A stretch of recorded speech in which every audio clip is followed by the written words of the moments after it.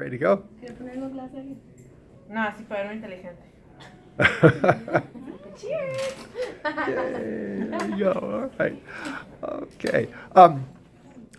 Mariachi is a unique Mexican art form, and yet you're Pan American. You're a Pan American group. You each have a story as to how you came to mariachi.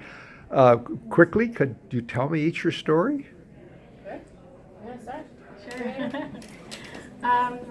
The tradition, the mariachi tradition, was passed on as the tradition of mariachi happens, right? Usually, a family member passes it down to you, or the community itself, or you go to a program in school, and traditionally, it was passed on to me by my dad, who was a mariachi singer, and I grew up listening to mariachi and just seeing him perform and see people just kind of look at him like, wow, and how people would connect to him was so special that I just dreamed of singing that way and connecting to people in that way. So music became a huge part of my life since I was very, very tiny. And he would like sing to me to go to sleep, and everybody in my family jokes that I'm probably deaf now because of that, because his voice is really loud.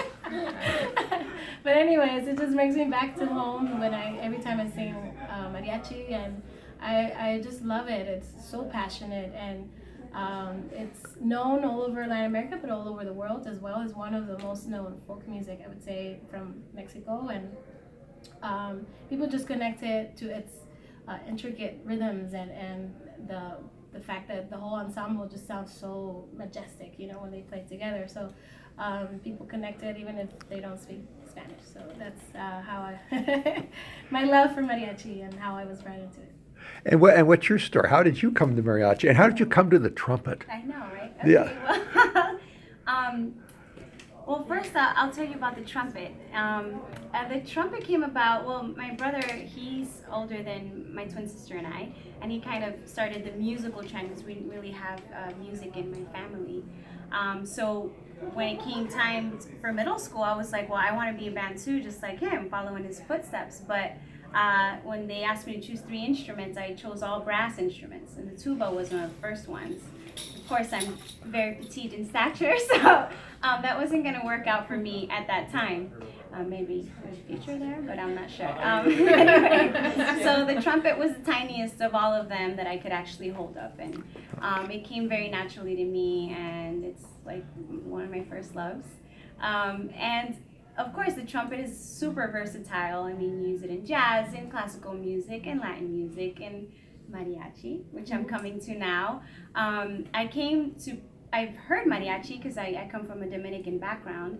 So I'd heard it, Juan Gabriel is one of the main artists that I had heard of growing up and that I loved. But I came to mariachi through Mireya as well to actually perform it. I met her through a mutual friend, a percussionist in the Latin scene, which I had been part of.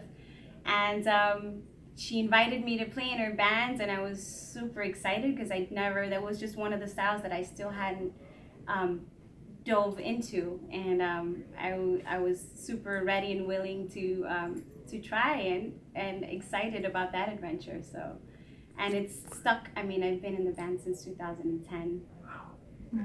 So. And you with the guitarron. All right. Well, I started in middle school, one of the mariachi programs that Mireya had previously mentioned. It was an accident how I picked up the guitarron. I was meant to play guitar. But when I showed up to class and my teacher insisted on that I picked up the guitarron because, 1, there were no guitars, and 2, he said I had just the look of a guitarron player. He said. Those were his words. So then I was like, I don't know how to hold this. I don't even know what. I mean, I've seen it. I grew up listening to mariachi and seeing mariachi at my house at the parties, but I never got interested in that. So when I first played that first note, fell in love. So and ever since, I've been keeping at it. That's been 18 years now, since then. Did you ever ask him what the guitarron look is? The guitarron look? Yeah. Question. Yeah. I was like this, I guess. Now I know. Now you have an interesting story. You grew up in Portland. Yes, I grew up in Portland.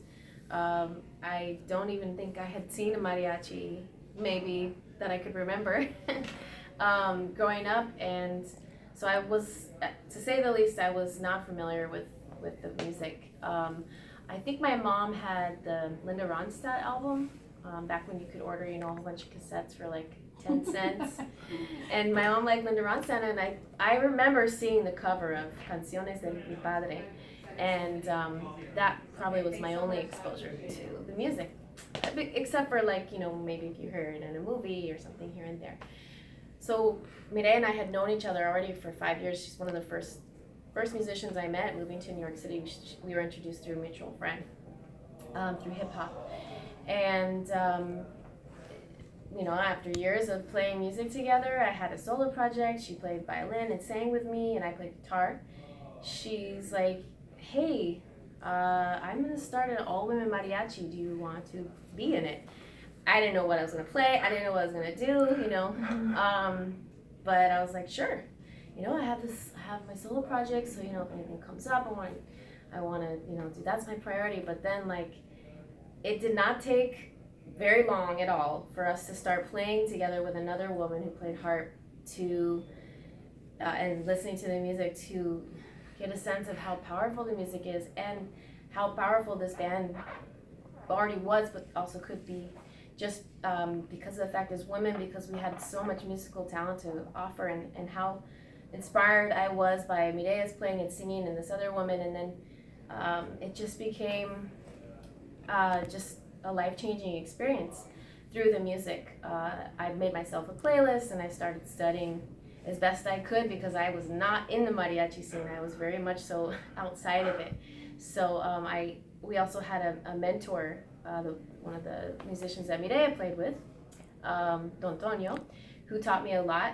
He plays every instrument. He taught me what he could from vihuela, and from then I just kind of picked up whenever he played with mariachis wherever I could. So definitely come from the outside, but I have so much love and reverence for the tradition of mariachi, the music, and how its role in the culture, and how it's connected me a little bit more to my own. I'm Cuban on my dad's side, and I never knew how many mariachi songs I knew. My grandmother, one of her favorite songs of all time is La Negra. She loves Malagueña, and we actually got to play for her once, and she was thrilled. All right. Yeah. At the press conference today, there were 4 powerful women and 1 man sitting on the couch. As an Anglo, I was raised in this city with the frame that Latino culture was machismo, and that women were all second or third rate. But as I move in the circles of the Latin music world, I don't see that at all. And maybe that's just because I have a narrow vision. What's been your experience? Are women right there in the leadership of the Latin music community, or are you still a little bit second class? We deal with both. Yeah. It's second class. It's like it's just kind of undervalued and like a lower standard is kind of what it feels like. There's a lower expectation for you as a musician across the board, not just as a Latina musician, but across the board. You always walk into a place being like, oh, either it begins as you're good for a girl when you're young, in anything you do, but also as a band, people look at us first. They look at us first. They don't listen to us first, because whatever the reason is, it's about looks for women before it's about possessing any kind of talent or strength or power. Any other thoughts on that? I mean, I think machismo exists not just in man culture; it just exists everywhere. So I feel like that's the perception, but in all reality, it's in the U.S. between black or white or Asian, or it doesn't matter where you're from. You still, as a woman, you're gonna experience some kind of either racism as an Afro-Latina, or just as a woman, you know.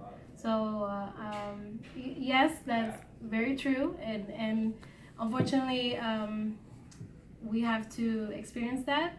But fortunately, also makes us stronger and makes our work even more important, especially now, and even more valued. And we inspire so many women through our music that it just keeps us moving, and it validates what we're doing. And because of the machismo too, I feel like we're inspired in our music, you know, that just kind of adds the spark to our expression. And definitely, I personally in the mariachi world, which was one of my first jobs as a musician, I experienced some like cultural clashes because I was raised in Puerto Rico.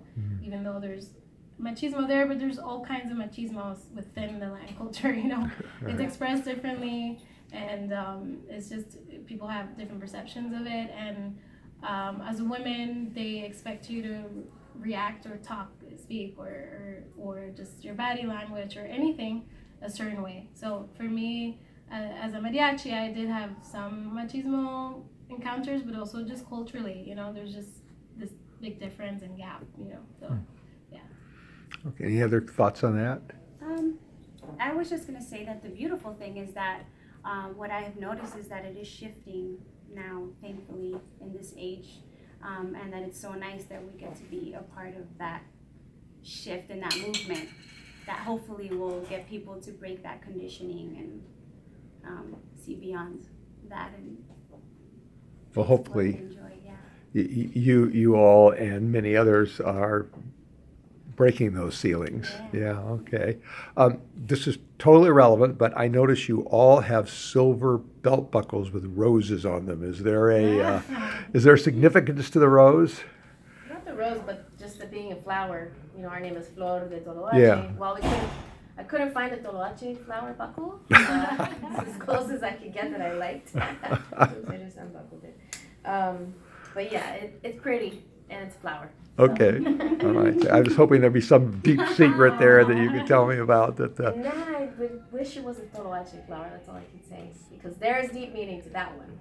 Rose is beautiful, but Toloache flower, which is what our name is a very special, intoxicating flower. Literally, it's used to make love potions and also used medicinally. But it is a very mysterious and mystical flower. It opens at night. And closes during the day, and it has a very beautiful aroma, but it's poisonous, so don't eat it. In an earlier conversation, you mentioned to me that some people treat mariachi bands like jukeboxes.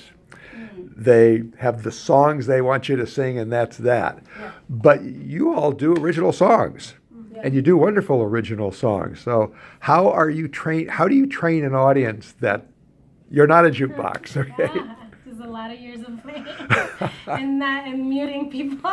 Yes, sometimes it's just meaning like, what? I can't hear you. Yeah, it's like next song. Yeah. But Yeah. we did go through all of that. Like we did quinceañeras, and we learned all the classic repertoire of mariachi. And we did all the legwork that a traditional mariachi does in New York or in Mexico or anywhere, you know. And we did a lot of community activities with the Mexican community or the Latin community. And we did all of that. So we were a jukebox too. But we wanted to break away from that because we have so much more, you know, to express. So. But your original songs are fabulous. I mean, Thank you so much. blew me away, and everybody else in the room here. Who's the songwriter? All of you? We all chip in. I came from a songwriting background, and Mireya has she has an album that's not out yet. We both brought for the first album. We brought our original songs in, and we wrote a song together. And then this time, Julie pitching some lyrics and melodies on a couple songs, and we all participate in the arrangement of them. Yeah. Okay. Last question. Do you consider yourselves fusion musicians? Are you bringing together different musical cultures? Yeah, for sure. Okay. Yeah. Okay. Happens. Yeah, totally. Okay, good. Well, I do too.